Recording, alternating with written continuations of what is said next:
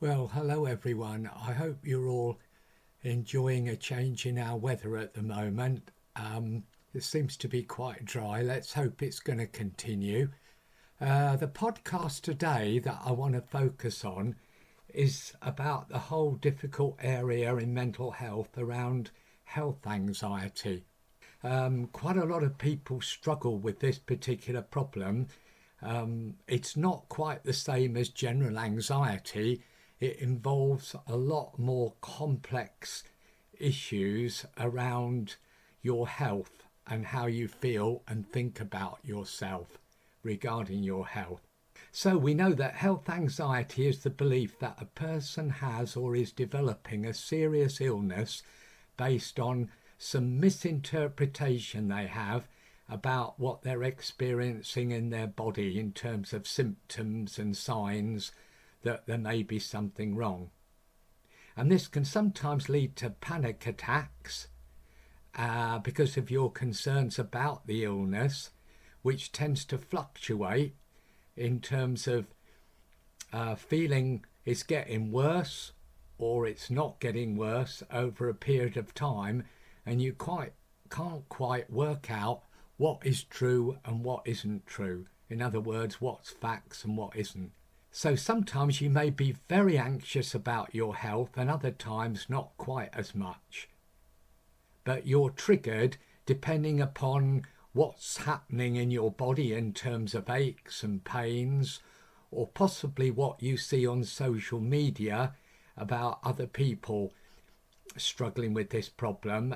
And you tend to be swayed by these things because you're feeling very vulnerable and insecure and unsure at the time.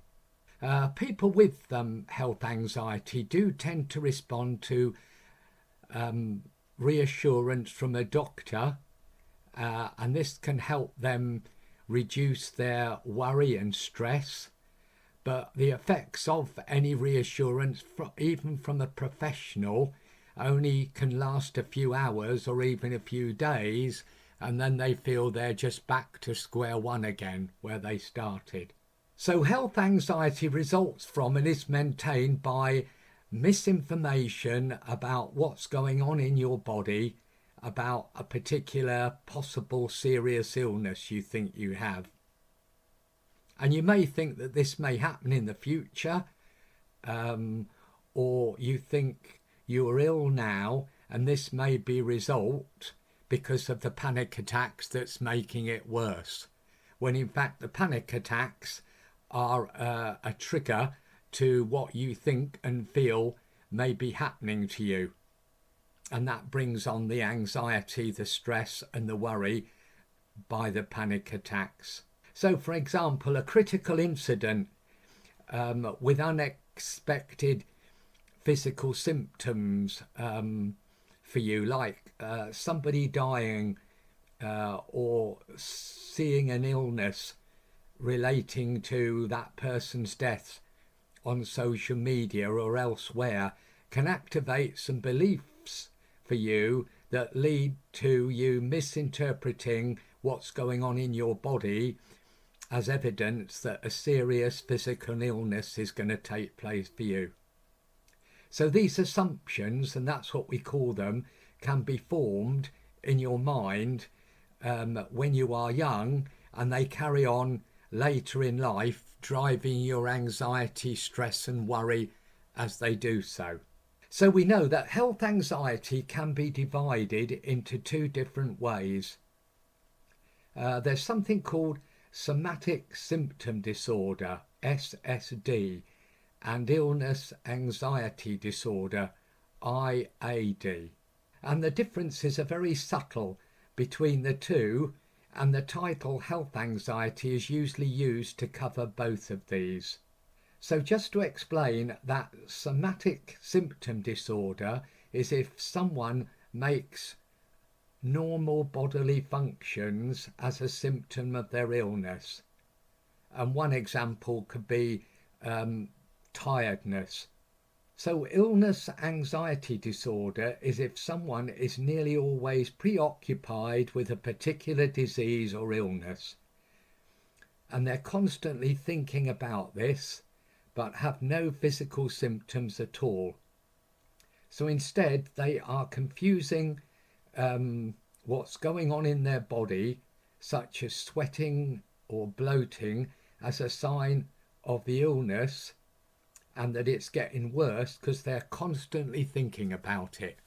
And you may be worried about your health and be looking for a while for a wide range of symptoms to support your worry, or you may be worried about one particular illness.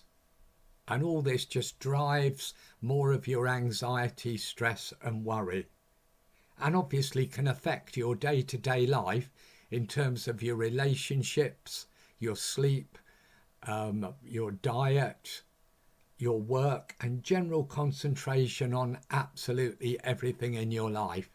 So the signs and symptoms of health anxiety. Well, as we said, the common signs are a constant or ongoing fear that you're sick despite having no symptoms. And this means that you can be frequently checking for signs of illness, searching for lumps or tingling. The reassurance or negative test results from a doctor does not give you any relief because you have problems believing what even a professional has to say. You're constantly seeking this reassurance from others that you are not ill. So you may go to a number of people that you know, getting different advice, getting more confused and wondering who is telling you the facts and who isn't. And going on social media to get those facts can often create more problems in terms of your worry, stress and your health anxiety. So if you read about a disease, you worry that you have it, for instance.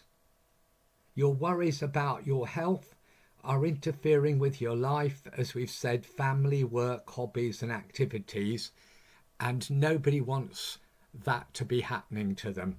So what we need to do if we're suffering with this health anxiety is to avoid lots of programs, social media about serious health, serious illnesses, and take advice as facts from a professional like a doctor.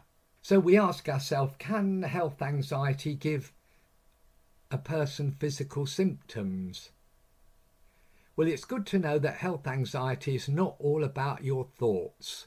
That's what you need to take on board and remember. Anxiety generally can cause physical symptoms such as dizziness, headaches, nausea and tiredness. Health anxiety can also be linked to OCD, and some people are struggling with OCD, obsessive compulsory disorder, due to the compulsive behaviours.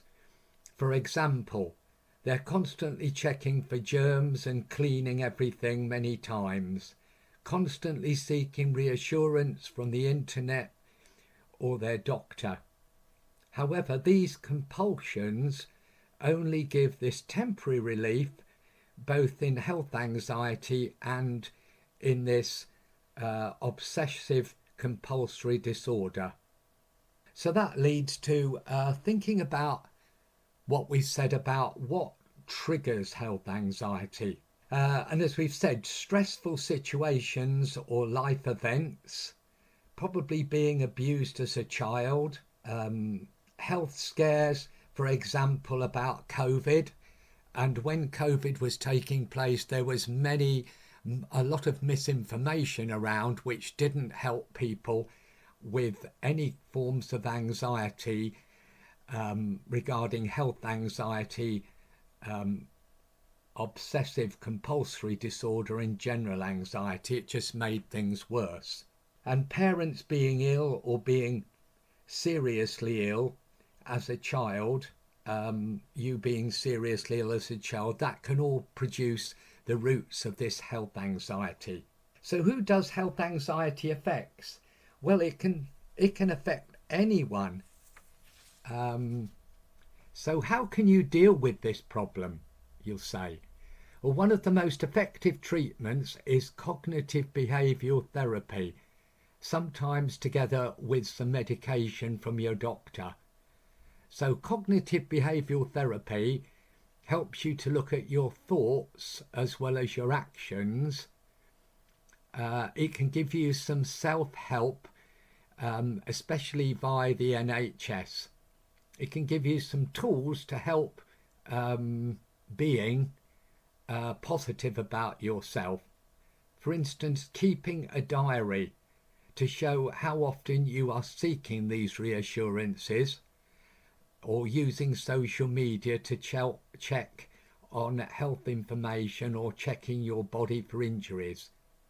So the object being is about slowing and reducing these actions down for you, which will lower your anxiety levels. Secondly, challenging those unhelpful thoughts, writing down unhelpful thoughts regarding your health worries that perhaps you've been doing for a number of times over a number of years, challenging them with more balanced thoughts. For instance, I am feeling very tired and therefore I must be ill, negative thought, to I have not been sleeping well recently and that is the reason I am feeling tired. That's a balanced thought. So you can see the difference between the two. Thirdly, doing some normal activities. Try doing things you have been avoiding due to thinking too much about your health and focusing too much on thinking about yourself. Try doing more exercise, seeing friends, visiting relatives, and taking up perhaps some new hobbies or those you've neglected.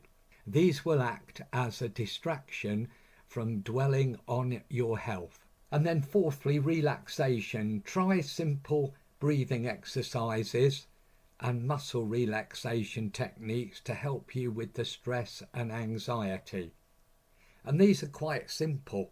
The breathing exercise is taking a deep breath through your nose with your mouth closed, counting to 10 and slowly breathing out through your mouth, and you'll find that your breath starts to become more normal and equal, and you'll start to see your body starting to relax and your muscles starting to relax. And then of course I'd like to tell you how counselling can help you with health anxiety as well as CBT, cognitive behavioural therapy.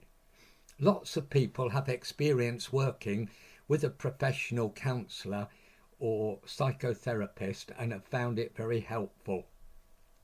So together you can explore how you are feeling and how it is affecting your life with a counsellor. You can also look at coping mechanisms, your thought processes and behaviours, which are very important linked to this problem, to find a more balanced way of looking at them and dealing with them. It's about reducing safety behaviours and tolerating uncertainty, because those are some of the triggers that are driving this health anxiety. So I'd just like to mention briefly key counselling techniques and strategies which may help you. And some of the key counselling techniques and strategies to remember about understanding the why. Understanding that sometimes the brain triggers a false alarm, interpreting normal bodily sensations as dangerous when they're not.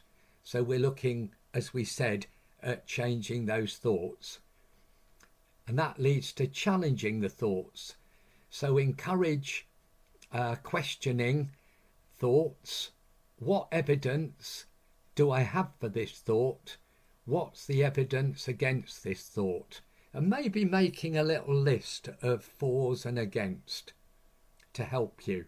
Also, when you have a day when you're feeling good, try and compare it with a day when you haven't felt quite so good, and look at what has changed during those 2 days, because you might get some clues as to what's driving your particular health anxiety or what's reducing it.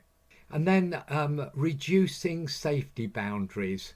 So it's about helping you to stop checking your symptoms, seeking this reassurance, or scanning the internet, which is often going to give you conflicting information about what is true and what is not true. And obviously Googling ban. Strongly encourage yourself to avoid online medical searches, as they often will increase your anxiety. Next, tolerate uncertainty. Teach yourself techniques to sit with the discomfort of not knowing whether something is right, rather than seeking immediate certainty. So it's about sitting with that difficult feeling rather than trying to avoid it or trying to distract yourself when you know that it's just going to come back later and being reinforced more intensely. And then I'd just like to talk about practical coping strategies, grounding techniques. And what I'm really talking about, which counsellors can help you with, is reminding yourself where you are, what you see, what you're feeling, what you're sensing, and why you're where you are. So it brings you back to the here and now. So you feel more in control of your senses, your feelings, your thoughts, and your bodily symptoms. And we've mentioned mindfulness and breathing. Promote that calm, deep breathing exercise, which will help you to be more in touch with yourself. And then positively focusing, perhaps listing 3 positive things or accomplishments at the end of each day to combat the negative thoughts you have. And perhaps to ask someone who's been with you what they are, and to help you to realise that they're the facts. They're just not something that you thought were the facts. And this will help you again to think more positively. And then, of course, physical activity we've talked about. Regular, moderate exercise can help release the tension and the stress and the worry that you're experiencing. Finally, support and resources. Obviously, professional support. Consult your GP, who will refer you to CAMHS if you are a child or a young person. And if you're a young adult or an adult over 25, then adult mental health services, counselling and CBT therapy can really be helpful. And if you're at school, maybe a school counsellor can see you to provide you with support. Maybe you can sort out a check-in with them, a time when they're available. And then if you need further help, they can refer you on to a professional counsellor outside at a later date. And you can always ring Samaritans or Childline if you need to talk to someone urgently and there's nobody around to help you. And there's also some very helpline support from Young Minds and Shout.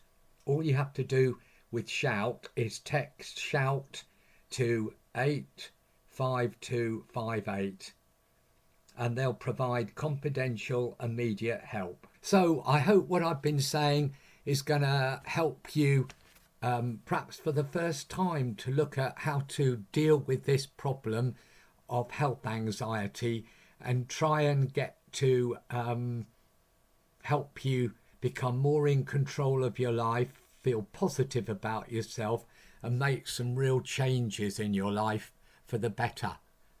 Thank you for listening. I hope to talk to you again sometime soon, and do take care of yourself. Bye for now.